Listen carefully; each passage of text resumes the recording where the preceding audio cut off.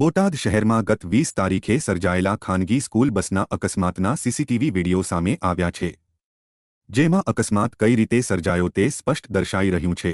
બોટાદમાં 20 તારીખના રોજ હવેલી ચોક પાસે ખાનગી સ્કૂલ બસ અને બાઇક વચ્ચે અકસ્માત સર્જાયો હતો, જેમાં બાઇક ચાલકે રોડ ક્રોસ કરવા જતા ખાનગી સ્કૂલ બસની નીચે આવી ગયો હતો, જેમાં બસના આગળ પાછળના વ્હીલ બાઇક અને બાઇક ચાલક પર ફરી વળ્યા હતા, જે સીસીટીવીમાં જોવા મળી રહ્યું છે। આ અકસ્માતમાં બાઇક ચાલક ખસ ગામના મહો બતસંગ ચાવડા હોવાનું સામે આવ્યું હતું, જેનું અકસ્માત દરમિયાન મૃત્યુ નિપજ્યું હતું।